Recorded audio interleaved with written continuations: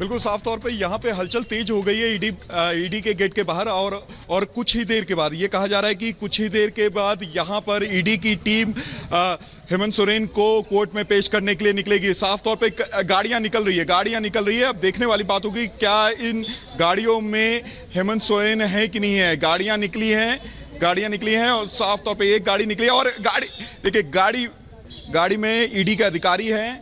ED के अधिकारी है और साफ तौर पे जो दूसरी गाड़ी थी वो सीआरपीएफ की गाड़ी थी और आगे निकल रही है। और साफ तौर पे अभी भी एक गाड़ी अंदर है। अब देखने वाली बात होगी कि इन गाड़ियों में क्या हेमंत सोरेन बैठे हैं। साफ तौर पे ये लगातार ही इंतजार है कि जो हेमंत सोरेन को ईडी की टीम कुछ देर में यहाँ से निकाल करके कोर्ट लेके जाएगी और कोर्ट के सामने सारे सबूत रखेगी और एक रिमांड की पेशकश करेगी। साफ तौर पे आप देख सकते हैं कल से ही इंतजार था कि लगभग 2 बजे का वो समय था जब ईडी की टीम हेमंत सोरेन को कोर्ट में पेश करने वाली थी और साफ तौर पे आप देख सकते हैं कि लगभग 2 बज चुके हैं। कुछ ही देर के बाद पूरी तरीके से जो ईडी का महकमा है और जो स्थानीय पुलिस है वो पूरी तरीके से अलर्ट मोड में है। सीआरपीएफ के अधिकारी अलर्ट मोड में है। पूरी तरीके से जो रास्ता है ब्लॉक करा दिया गया। मैं अपने वीडियो को बोलूंगा कि आप रास्ते को दिखाएं। देखिए 360 डिग्री में अगर दिखाएं तो पूरी तरीके से गाड़ियों को ब्लॉक किया गया, गाड़ियों को रोका गया है। जैसे ही ईडी का दरवाजा खुलेगा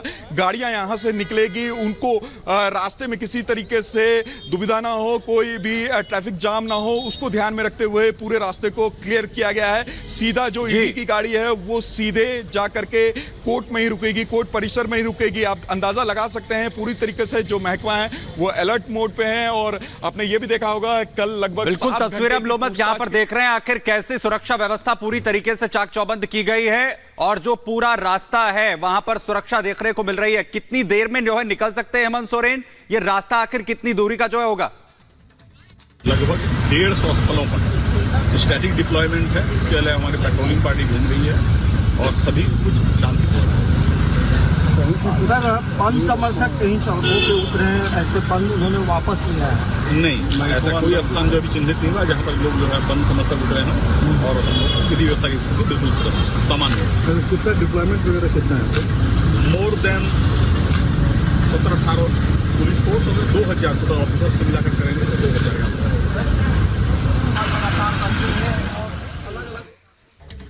तो पुलिस के अधिकारी ये जानकारी देते हुए कि सब जो हालात हैं पूरी तरीके से सामान्य है। लोमस हमारे सहयोगी लगातार ग्राउंड जीरो से अपडेट दे रहे हैं। लोमस, कितनी देरी यहां से लगेगी जैसे ही ईडी लेकर निकलेगी हेमंत सोरेन को पीएमएलए कोर्ट तक जाने में? ये रास्ता कितनी देरी का है और साथ ही आज कोर्ट में क्या कुछ होने की उम्मीद है?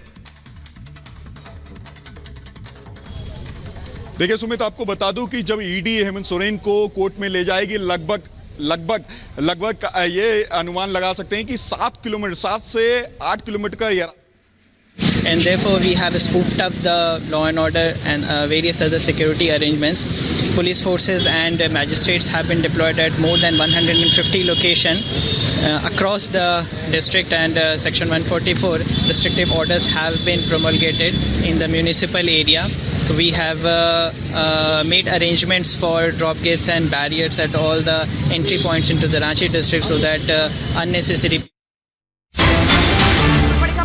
रांची से इंडी विधायकों की शिफ्टिंग। सूत्र ये बता रहे हैं कि विधायकों को लाने के लिए बसें पहुंच गई हैं। सर्किट हाउस में से ले जाएंगे विधायक और ये जानकारी मिल रही है सुमित कि अब इनको रांची से हैदराबाद शिफ्ट किया जा सकता है। हैदराबाद शिफ्ट किया जा सकता है, जो सूत्रों के हवाले से बड़ी जानकारी मिल रही है। कुछ ही देर में रांची से स्पेशल विमान के जरिए हैदराबाद विधायकों को लेकर जाया जाएगा। जिस तरीके से इस वक्त पूर्व मुख्यमंत्री हेमंत सोरेन के इस्तीफा देने के बाद जिस तरीके के हालात इस वक्त जेएमएम की उनकी सरकार के बनते हुए नजर आ रहे हैं, दरअसल स्थिति यह है कि अब मुश्किलें कहीं ना कहीं जेएमएम की बढ़ रही हैं। जेएमएम की मुश्किलें यहां पर बढ़ गई हैं और विधायकों को सहेजने के लिए ये तस्वीरें आप देखिए, ये वो बस है जो यहां पर लाई गई है और जैसा हम जानकारी आपको दे रहे हैं कि हैदराबाद शिफ्ट किया जा सकता है सभी विधायकों को। 13 विधायक अनामिका जिनसे संपर्क नहीं हो पाया रहा है, जिसकी वजह से मुश्किलें और बढ़ रही हैं। और हेमंत सोरेन के बाद जिनको जिम्मेदारी सौंपी गई वो है चंपई सोरेन। चंपई सोरेन ने मीडिया से बात करते हुए दावा किया है कि हमारे साथ 47 विधायक हैं, लेकिन इसके बाद भी विधायकों को सेफ प्लेस पर शिफ्ट किया जा रहा है। सूत्र ये बता रहे हैं बसेस लग चुकी हैं, स्पेशल विमान से ले जाया जाएगा। एक और बड़ी खबर कि एमएलए की शिफ्टिंग पर कांग्रेस ने बयान दिया है। एमएलए को सेफ रखेंगे, ये कह रहे हैं गुलाम अहमद मीर। गुलाम अहमद मीर कह रहे हैं कि हमारे जो एमएलए हैं वो पूरी तरीके से सुरक्षित हैं, विधायकों को टारगेट करने की कोशिश हो रही है। नई सरकार को शपथ दिलाएं राज्यपाल, सभी विधायक हमारे साथ हैं, ये भी गुलाम अहमद मीर कह रहे हैं, क्योंकि लगातार ये खबरें आ रही हैं कि जो 13 विधायक हैं उनसे संपर्क नहीं हो पा रहा है, जिसकी वजह से जो प्लान यहां पर बनाया गया था हेमंत सोरेन की तरफ से कि वो इस्तीफा देंगे और चिंपई सोरेन जो है मुख्यमंत्री होंगे झारखंड के, ये स्थिति फिलहाल मुश्किलों भरी नजर आ रही है, क्योंकि कई विधायक जो हैं वो संपर्क से बाहर हो चुके हैं। हालांकि दावा कांग्रेस की तरफ से यह किया जा रहा है कि जो विधायक हैं वो पूरी तरह से सुरक्षित हैं। लोमस हमारे सहयोगी लगातार ग्राउंड जीरो पर है। लोमस, एक तरफ हेमंत सोरेन कुछ ही देर में पीएमएलए कोर्ट पहुंचेंगे जब ईडी उन्हें लेकर पहुंचेगी, दूसरी तरफ जो प्लान बनाकर हेमंत सोरेन गए हैं वो भी ध्वस्त होता हुआ नजर आ रहा है। बिल्कुल आपने सही कहा है, एक तरफ जहां ईडी उनको कोर्ट में पेश करेगी तो दूसरी तरफ जो हेमंत सोरेन प्लान बी पे लगातार काम कर रहे थे। आपने देखा था कि गिरफ्तारी के एक दिन पहले भी उन्होंने बैठक की थी और यह बैठक तीन बार हुई थी और साफ तौर पे जो रात की बैठक थी वो काफ़ी अहम हो गई थी, क्योंकि उसमें नए नाम की घोषणा होनी थी और ये नए नाम की घोषणा हो भी गई। और आपने देखा कि अगले दिन जैसे ही ईडी उनको गिरफ्तार करती है और साफ तौर पर राजभवन वो इस्तीफा सौंपते हैं और उनके बाद जो नए नाम के घोषणा होती है उसके द्वारा साफ तौर पे ये क्लियर हो जाता है कि आने वाले समय में जो उनकी रूपरेखा होगी वो किस तरीके से होगी।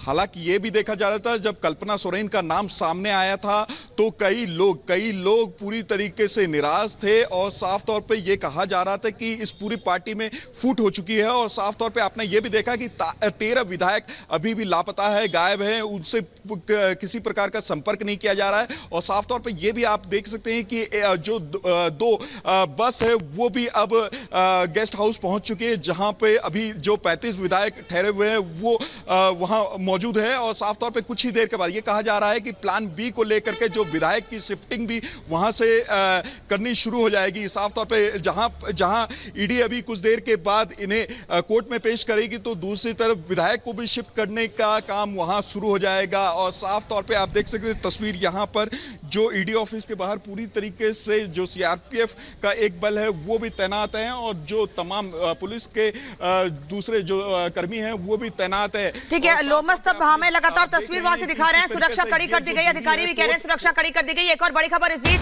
एमएलए की सेफ्टी पर कांग्रेस बयान दे रही है, एमएलए को सेफ रखेंगे। हमने पहले भी आपको बताया गुलाम अहमद मीर ये कह रहे हैं कि एमएलए को सुरक्षित रखेंगे, टारगेट करने की कोशिश है, नई सरकार को राज्यपाल शपथ दिलाए, ये तमाम बातें कांग्रेस के एमएलए कह रहे हैं। एक तरफ कांग्रेस के एमएलए भी जो 13 विधायक है जिनसे संपर्क नहीं हो पा रहा है उसमें कांग्रेस के भी विधायक हैं, वहीं अब कांग्रेस के विधायक कह रहे हैं कि हम एमएलए को सुरक्षित रखेंगे लेकिन राज्यपाल शपथ दिलाएं।